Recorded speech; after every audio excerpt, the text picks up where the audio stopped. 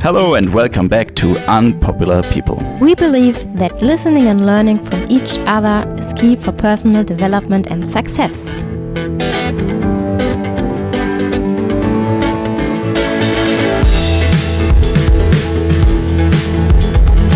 Today in our interview, Jeanene from Australia.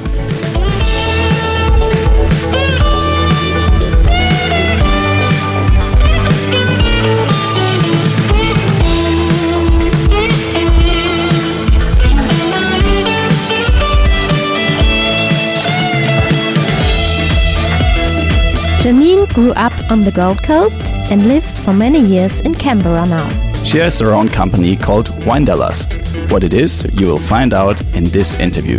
She's also a wife and a mother of a 6-year-old son. If you want to find out more about Unpopular People, please visit our website www.unpopularpeople.com. You find all information about this episode and the show notes there.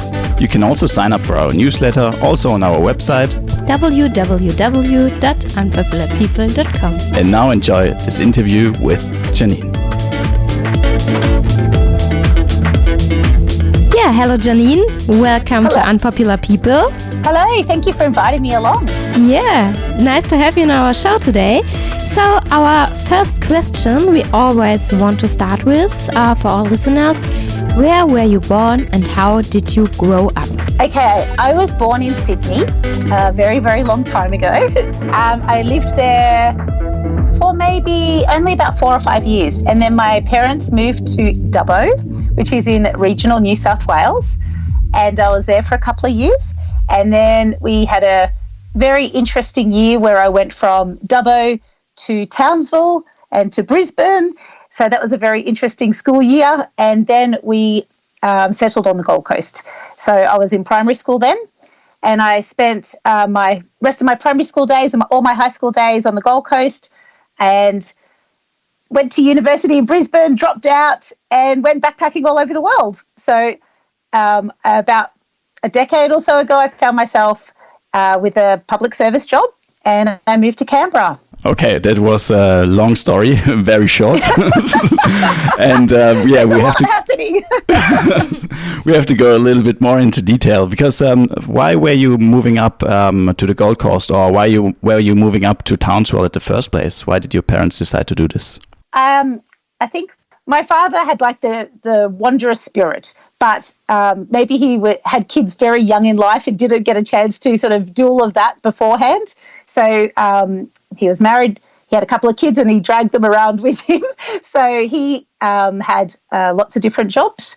And I guess it was a time, this is in the 80s, 70s and 80s, and maybe I don't know if the economy was a little bit different, and he was, looking for different work. He passed away in 1985. So that's showing I'm very old. And that's when we decided, my mum, I guess, we were on the Gold Coast then, and she never moved away again. Okay, and do you have any siblings? Yeah, so I'm the oldest of 4. I've got 2 sisters and a brother, and they all live on the Gold Coast. And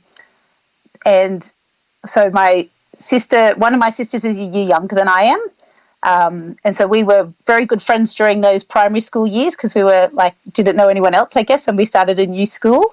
My brother is 4 years younger, so he didn't actually start school till we settled on the Gold Coast. So he only sort of knows that lifestyle.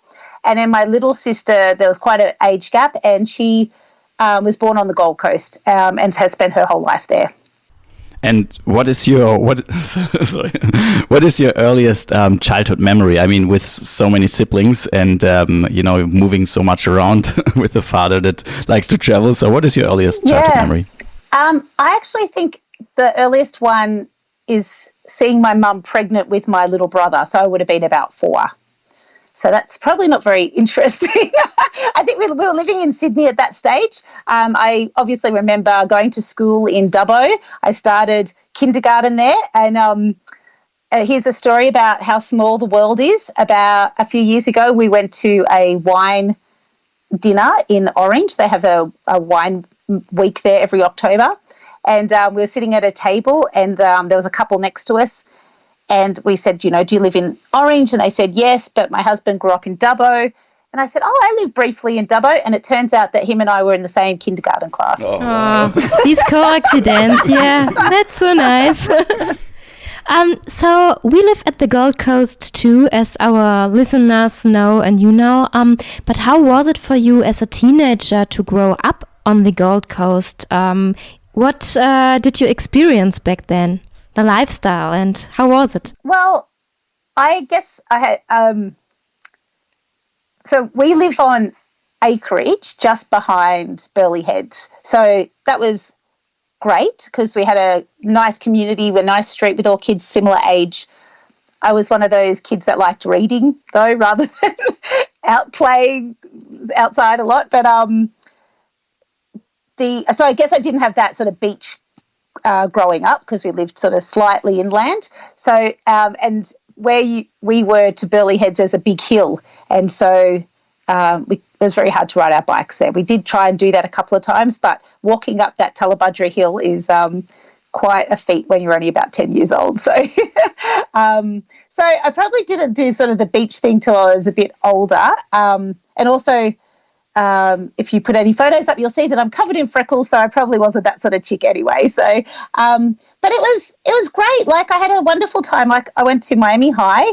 I had a great group of friends. Everyone in the grade was really friendly. We have our school reunion sort of every 5 to 10 years, and it's still nice to catch up with a lot of people that still live in the area. So, yeah, had a great time. Cool. And why did you move, I think it was to Sydney then in the first place? Was it because of your study, or how did it go? No, I went to Brisbane for university, and I think I was studying something I guess I wasn't aligned to. Like, I was doing international business, and economics just was not my friend. So I didn't do very well in one of my classes, so I decided to leave and started backpacking. So I got my working holiday visa for the UK and headed over there for a couple of years and spent most of my time living in Edinburgh in Scotland, which is just the most wonderful city. I had such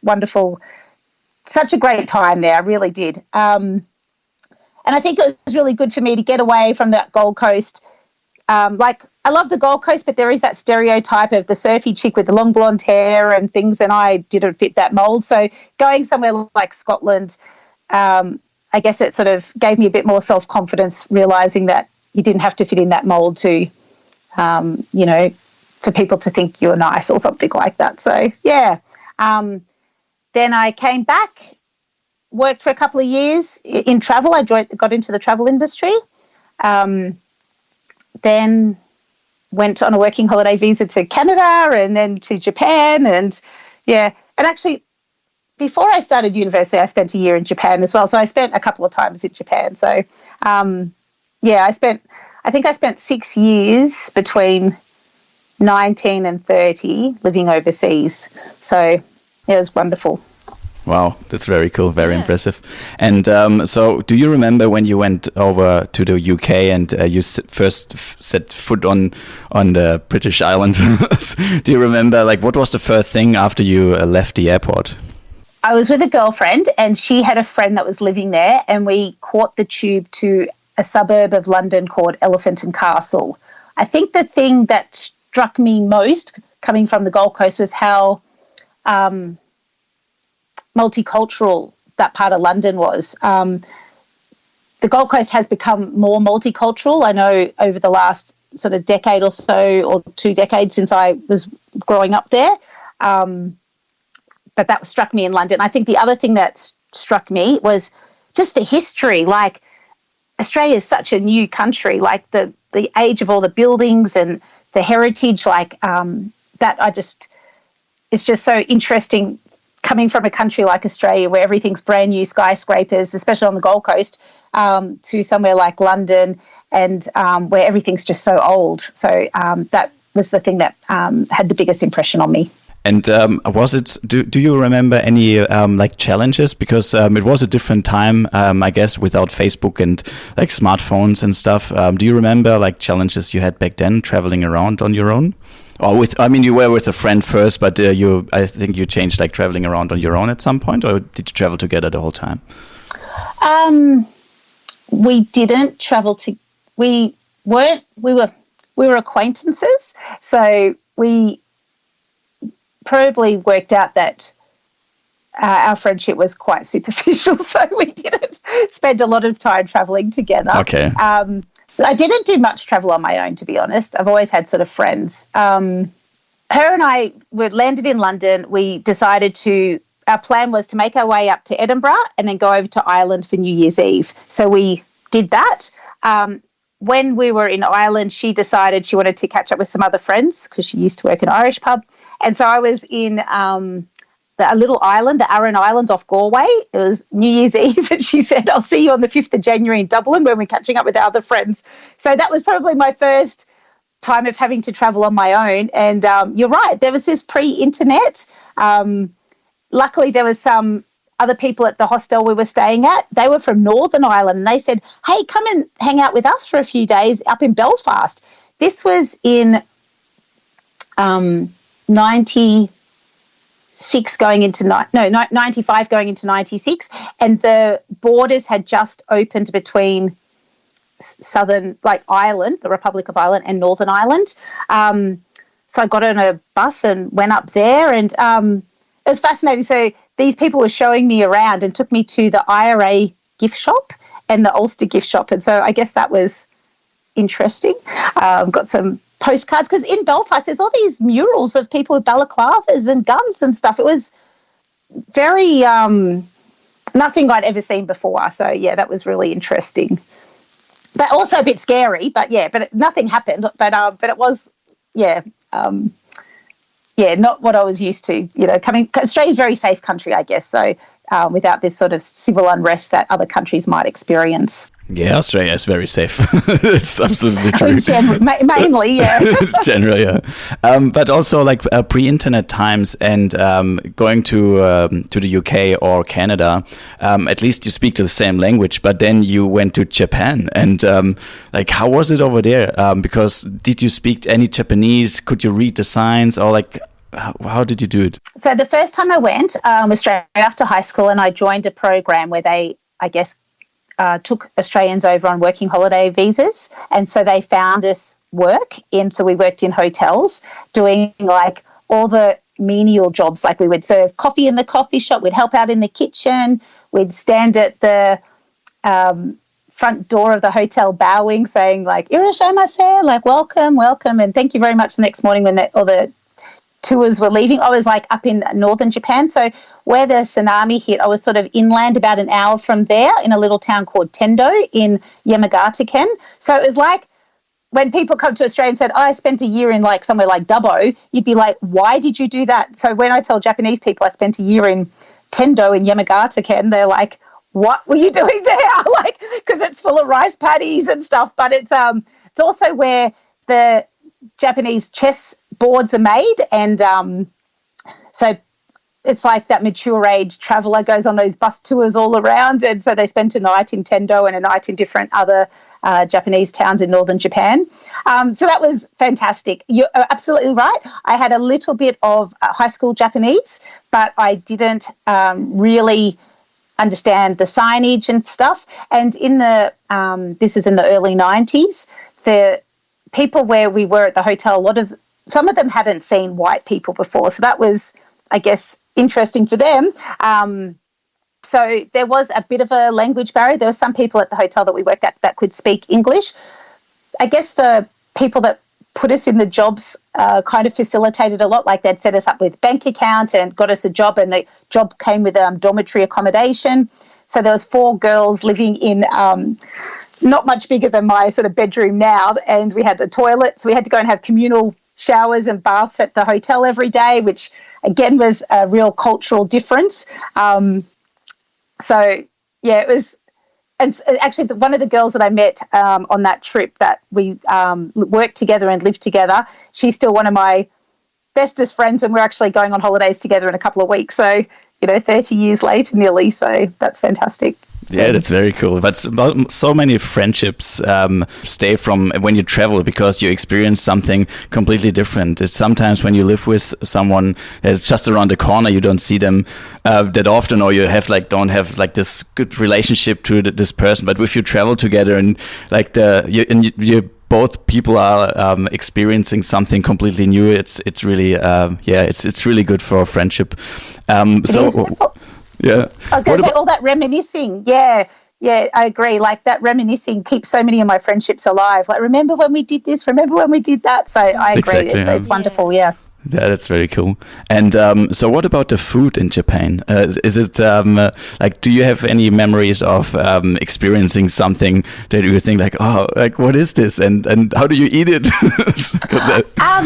Well, I guess because we had our own accommodation, we were a little bit spoilt that we got to make our own food a little bit. Mind you, we had pretty much a little toaster oven at our apartment. So we made a lot of those little gyoza dumplings that you could buy at the supermarket. Our hotel did provide us with a meal, but we just ate a lot of rice, like a lot of rice. So one of the first words you learn when you go to Japan is geri and benpi. Benpi is like constipation. Geri's the opposite. And so if you eat too much rice, you get benpi. And then if because where we lived, they also had lots of cherry orchards, so we went cherry picking and had all these cherries. And if you eat too many cherries, you get geri. So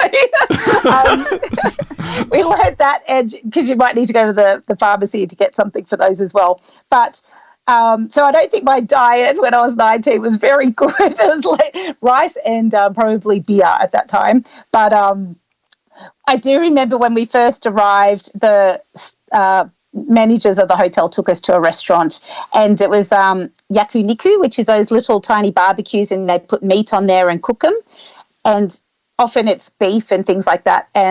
But they brought out beef first, and that was like great, and then they brought out tongue, tripe, and liver, and we were just like, oh my god! And so we just pretty much burnt it to a crisp before we ate it. So yeah. And at the end, it's still like part of the animal. So if you eat the rest, if you eat the flesh, I know. We really, and we should do more of that snout to tail thing. So I do think that is a good way to eat, but it was just something I was very unfamiliar with. Yeah, great. But it's good that you had this experience. And so what about Canada? So where did you arrive in Canada? Which place? West Coast, East Coast, or and what did you do? Like, did you work there as well? Yeah. So that was a few years later. My brother and I were traveling together, and we landed in Vancouver, and we spent a few nights there. And in hindsight, I'm amazed that we didn't have as many plans as, like, now I am very structured with my planning of my holidays, but back then I obviously wasn't. We landed, had a few nights booked, picked up a car, and we did have friends in Calgary, a girl that I'd met when I lived in Edinburgh who I'd worked with, and so we knew we were going to make our way over that way. We spent a few nights at the hostel. We met somebody and they told us about this great ski resort called Big White, which is near the Kelowna Lake. It's also a wine region now, I found out since. I wish I'd known that back then. I didn't try any of the wines then. And spent a few nights there. Then we went over to Banff. People told us that was really good. Got there and loved it. So decided not to leave. So we only had 3 months that we worked there, and I got a job in a travel agency, which was really great. And my brother pretty much snowboarded every day. So we lived in a very, because it's a tourist town, we lived in a share house. So there was I think there was 6 bedrooms with 2 to 3 people in each. So it was about 12 to 15 people living in this house, but it was lots of fun for a few months there. That's very cool. And you've been back to Calgary in the meanwhile. Yes. Maybe do you want to tell the listeners why? I then randomly, when I moved to Canberra, was out having a Sunday session, having a few drinks, and as I said at my wedding, spotted this. Me and my friend spotted these guys, and we thought they looked quite nice. Then noticed that they had wedding rings on, and so decided to chat to the 2 guys behind them. And, then I got married to one of them. So, oh, yeah. So we met in Canberra, and then we went to Canada and had our wedding over there. So we've been on a holiday there a few times now. When we come back, like you told us that you had your wedding in Calgary, and because I know a little bit of the insights, and I remember that I got invited to a wedding video happening in Vegas. So do you want to tell us a little bit about this? Yeah. So we got married, just near Calgary. His parents lived there, but we got married in Banff, where I had lived before, and his parents actually got married in Banff as well. It's a beautiful place. And so we had the mountains all around us and that. But then we had our honeymoon in Vegas, and so we decided to get one of the Elvis ceremonies. So my husband got to dress up as Elvis. There was actually 2 Elvises at the wedding, and then we live streamed it to our friends around the world, which was really fun. So thank you, Ben, for watching that. Yeah, and so afterwards, you of course now you live in Canberra, and you have a 6-year-old son. So why did you decide to have kids? I mean, it's not for everyone nowadays that they decide to have kids. So what was your was there at some point that you say like, oh, I just want to have kids now? I'm at the stage, or what made you? Well, I had probably the opposite almost, because I have always wanted to have kids, I guess. Like, I don't know, I think a lot of women, and it's a timing issue. It really is. I've got lots of friends that don't have kids because of circumstances. The right person didn't come along at the right time, which is really sad. So I was lucky that somebody did come along, but it took a very long time to fall pregnant, actually, for us. So I probably would have, if things had happened differently, may have had a second. But I feel very blessed that, he was my 42nd birthday present. So I wasn't going to, it's a lot of pressure, and something that when you're dealing with trying to get pregnant, you think about it all the time. So once I had my little boy, I was very lucky to get off that merry-go-round of not having to think about trying to get pregnant all the time. And he's absolutely perfect, and I feel very, very, very lucky. We're taking a quick break and be right back into the show. Jeanene gives a lot of advice about wine. If you want to find out more, join our community. To join us, visit our website www.unpopularpeople.com and sign up for our newsletter. On our website, you'll find our Unpopular People shop with unpopular people clothes and fitness services that represent our community. And now back to the show.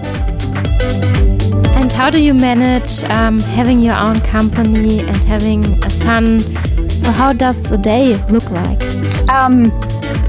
So I'm very lucky that my husband is very hands-on. So we really do split the child care. And I think that's a lesson to all the women out there to not do it themselves, like to let husband help out or let your partner help out, because I think we can often want to do it because we have a particular way of doing things.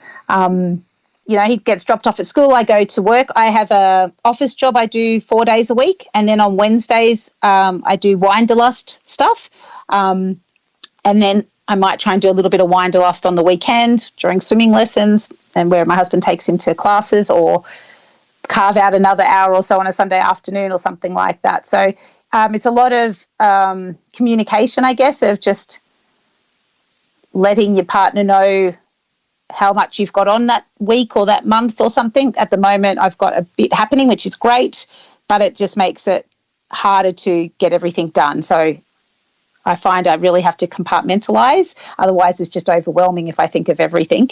It's just like, okay, on this day, this is what I get done, and this day I get this done. So hopefully that helps. Tell us a little bit about Winederlust. Do I pronounce it right? Winederlust. How did you come up with this idea, and what is this project about? I guess at the time, because I had my son was only coming on to 4 at the time when I was thinking about it, and I knew a bit about wine, and so my friends always thought I was not the expert, but I certainly knew more than they did, sort of thing. So I would be asked for recommendations and suggestions and things like that.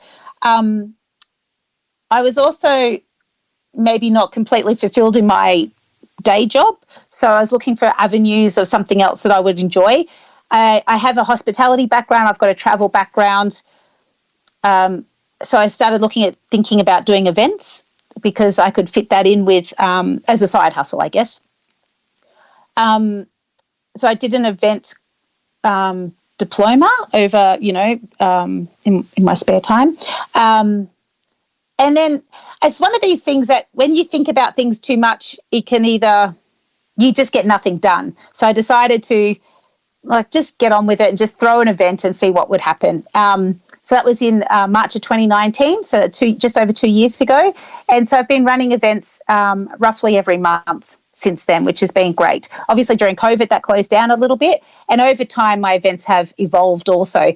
When I started off, I looked at doing events that also had child minding attached, which sounded great because that way I could the reason I thought it would be a good idea was that people could catch up, whether they had young kids with your friends that had teenage kids, with your friends that had no kids, and you could all go to one place.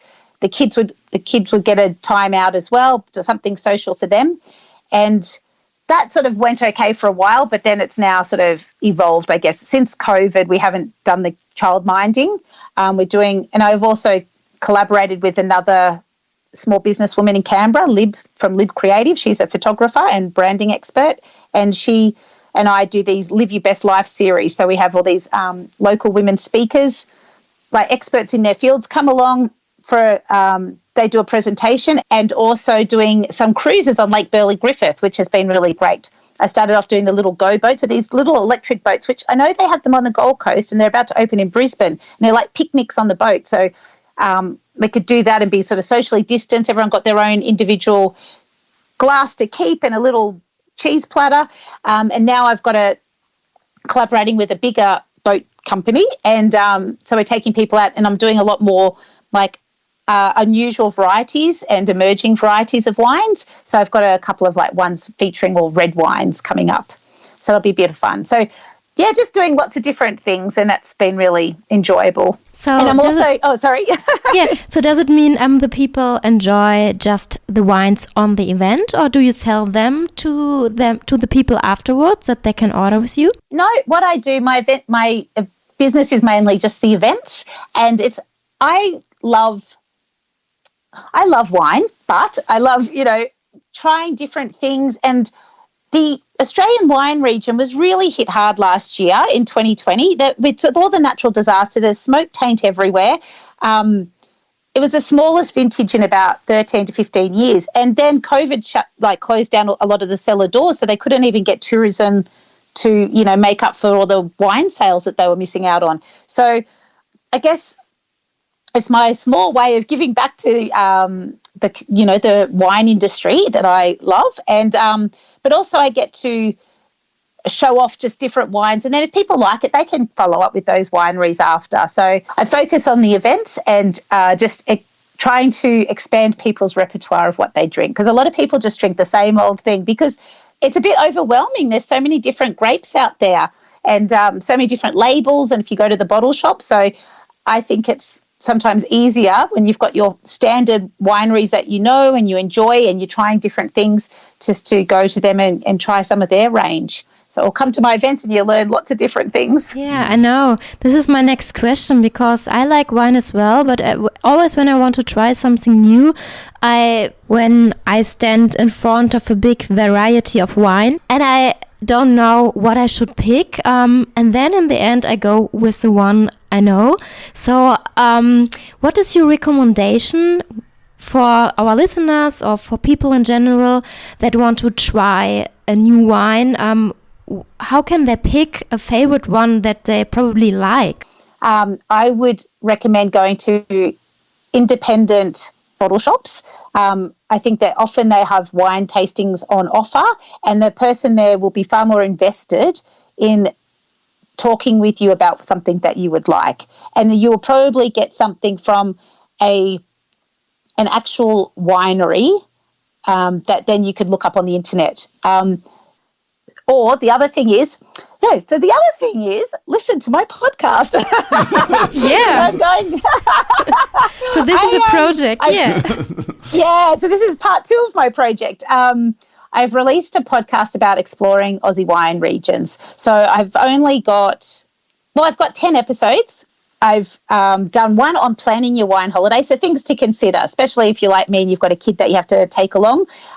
Things about how far you should think about how far you want to travel, and also think about, I live in Canberra. We often drive back to Queensland to see family. Like stopping off at one of these wine regions on the way, that's a doable thing. Living here, and I know people that go to Melbourne and they just zoom straight through in 7 hours, and it's like, man, you could stop off and make just for one night, and there are so many fantastic spots on the way that you could stop at. So my podcast is trying to give people some travel suggestions.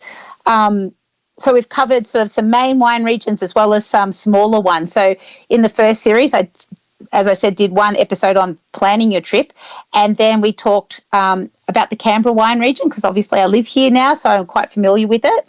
And I don't think so many people know that there's like 40-odd cellar doors right on the doorstep of Canberra within half an hour. There's actually one that I can ride my bike to. It's just over the hill from my house. So I know I live in town. So it's a really great addition to visiting Canberra that people might not know about.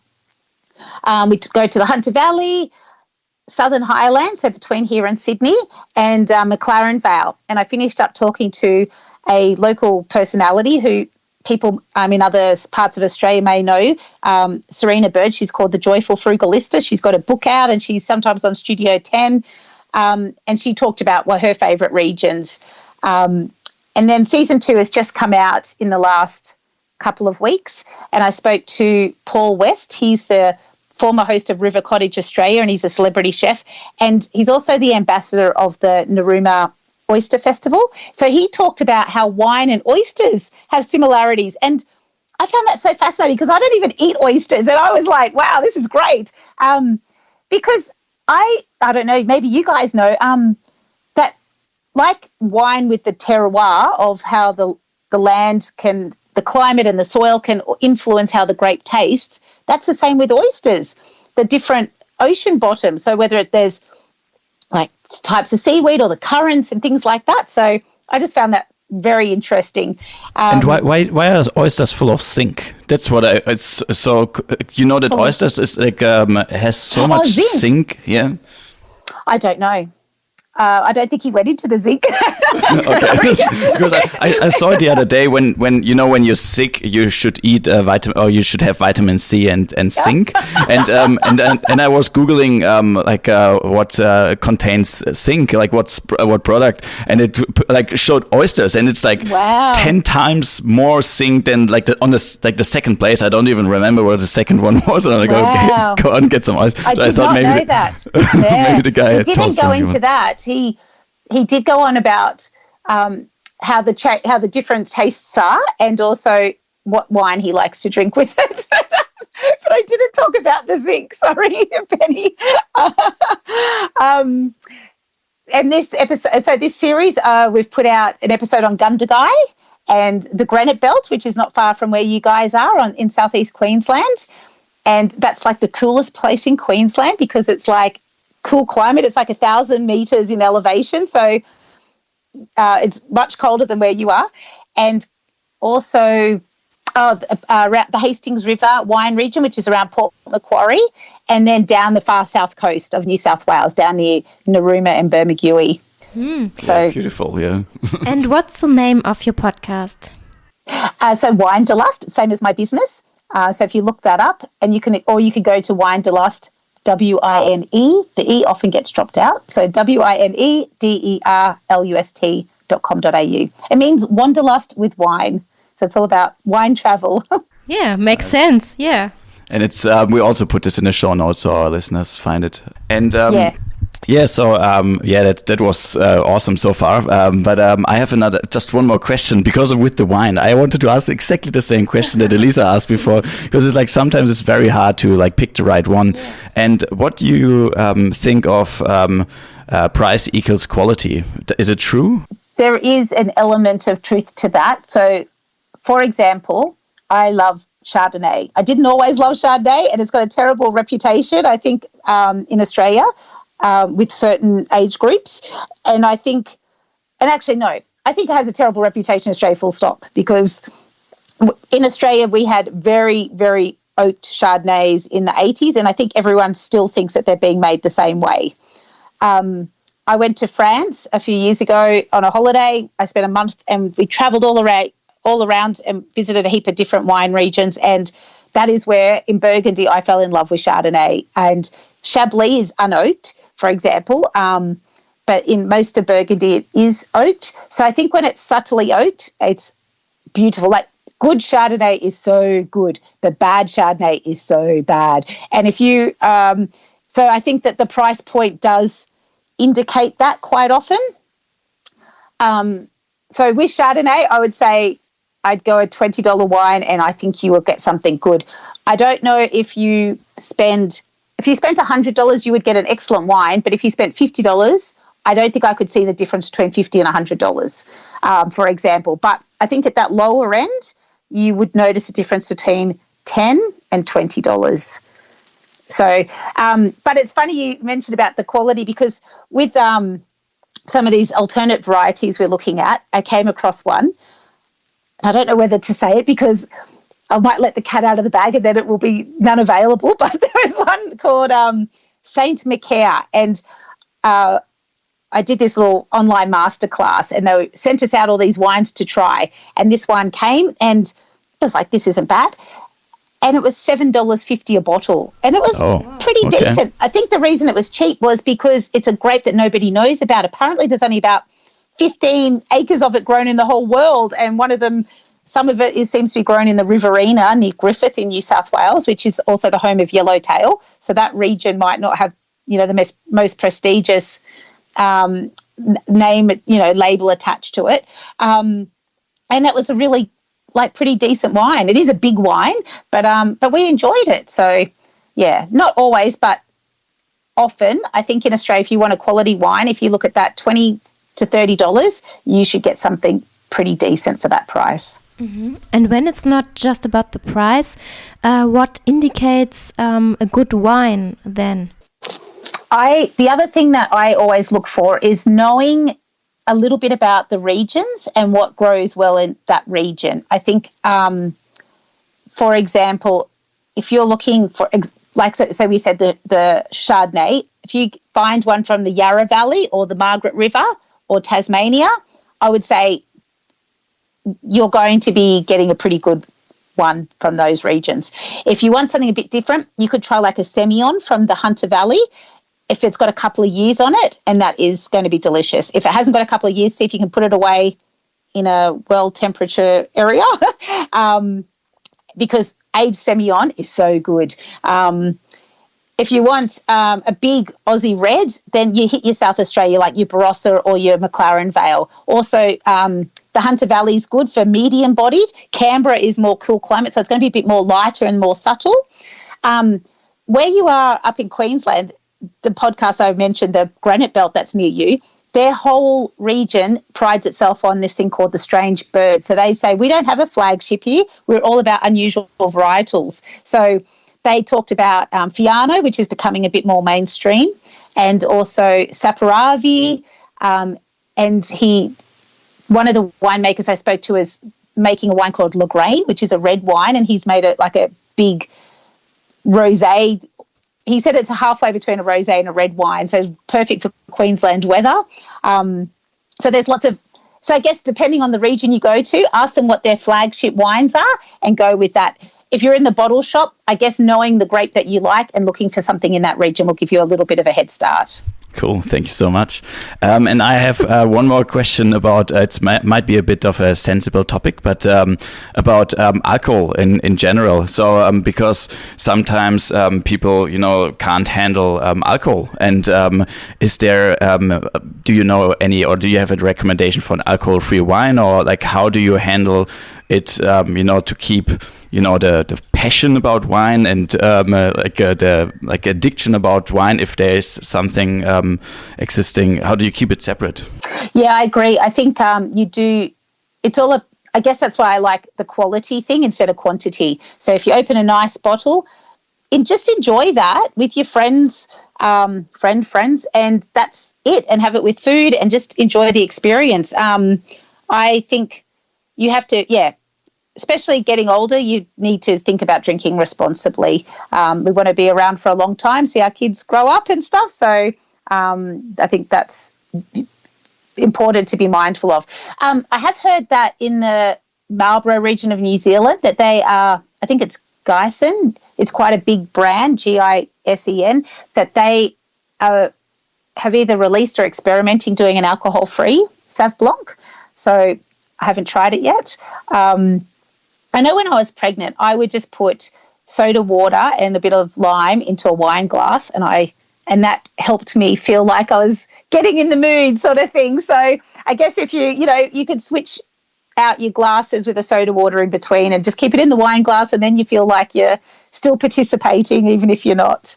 Yeah, my cousin in Germany, he actually produces alcohol-free wine, like German wine, and they take the alcohol out of the wine. So I might get your contact, his contact for you. Yeah, I think there's definitely a market for it. Yeah, for sure. I know there is a company in Canberra that called Altina, Altina, and they do alcohol-free cocktail mix, and that's been quite popular here. I assume it's around the country, but I understand it's a bit on the sweeter side, but yeah, I think it's supposed to be quite good as well. So, we tried some alcohol-free wine from the bottle shop the other day, but it wasn't really very good. Like the flavors.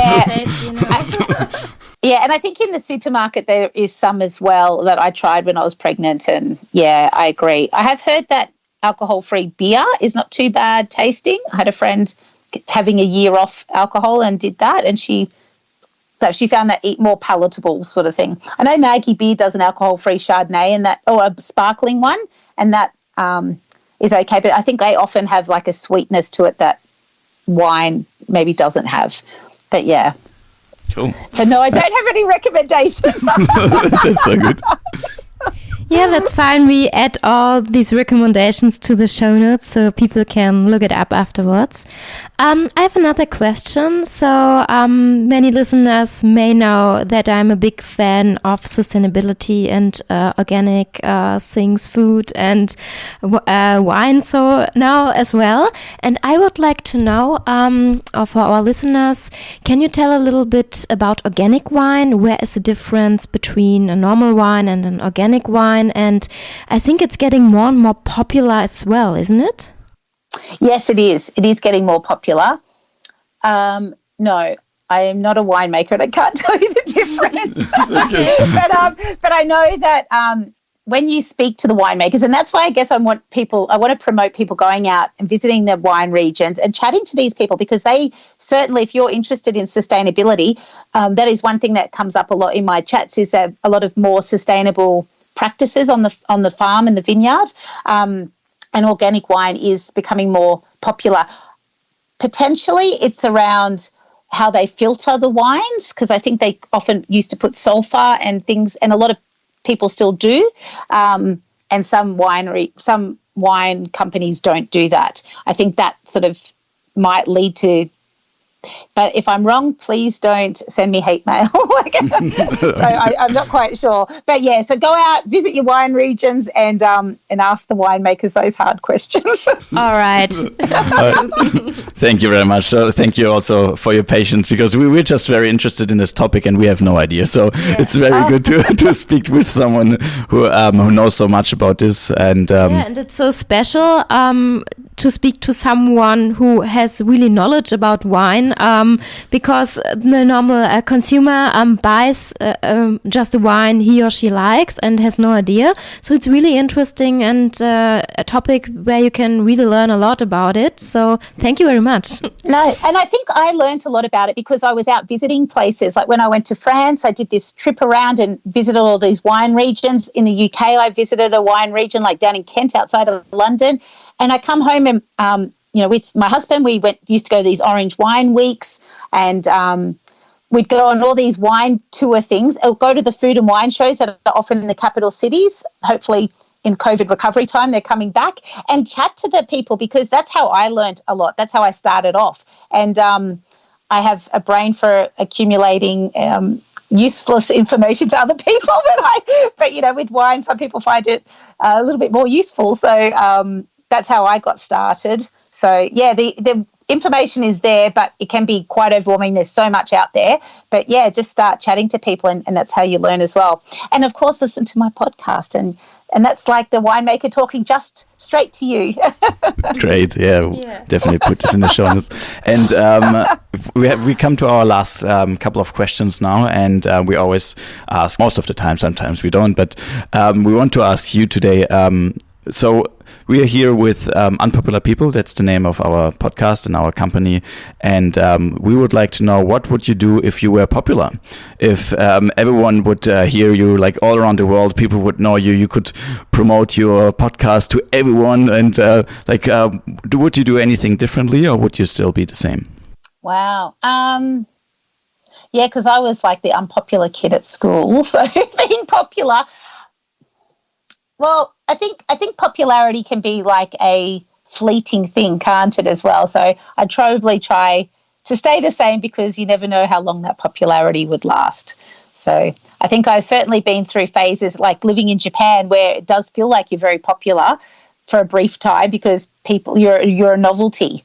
And even in places like Scotland, just because your accent was a bit of a novelty and things. So then the next popular thing comes along. So I'd be aiming for staying the same. And imagine you would have a school full of teenagers and young children. What would you like to teach them? Well, as I have a young child, one of the most important things I'm trying to teach him is that everybody is equal. It doesn't matter if it's girl, boy, different colours, if they speak differently, they might look differently. Everyone is equal, and to treat everybody equally, treat everyone nicely and kindly, because you just don't know what sort of background they're coming from and stuff. And especially there's lots of kids, I think, that have hard upbringings and things, and they come to school and try and fit in, and you don't know what sort of baggage they're bringing with them every day. So just be nice to everyone, and try and make sure everyone has a good experience with you, and we want everyone to have a good day every day. Great. Yeah, that's very nice. Thank you very much. So, thank you very much for your time. It's been very interesting for us. I learned a lot today again. I feel like I'm not sure where it was. No, absolutely. I feel like having a glass of wine now. I would love to after this conversation. Oh yeah, Jeanene is having one already. Well, it's 5:30, so in the evening when we record this, so that's totally fine. And so thank you very much for this. We really appreciate your time. We know you're really busy having a child and a husband that you have to take care of. Not just joking. He takes good care of me too, so it's all good. Yeah, so thank you very much. I say goodbye from my side. Yeah, thank you from my side as well. It was amazing to talk with you today. One last thing, where can people find out more about you, your company, and do you have any social media you want to share with us? Yes, so you can check out Winederlust Australia on Instagram and Facebook, and www.winederlust, WINEDERLUST.com.au. Okay, then we come to an end. Thank you very much again. Thank you very much for the invitation. Yeah, you're welcome. If there are any final words for our listeners you want to share with them, now is the time for it. Drink responsibly, but drink good. Thank you and goodbye. Great, thank you. See you. Bye-bye. Thank you. Bye. Thanks for listening to this interview with Jeanene. All information about this episode and the show notes you find on our website www.unpopularpeople.com.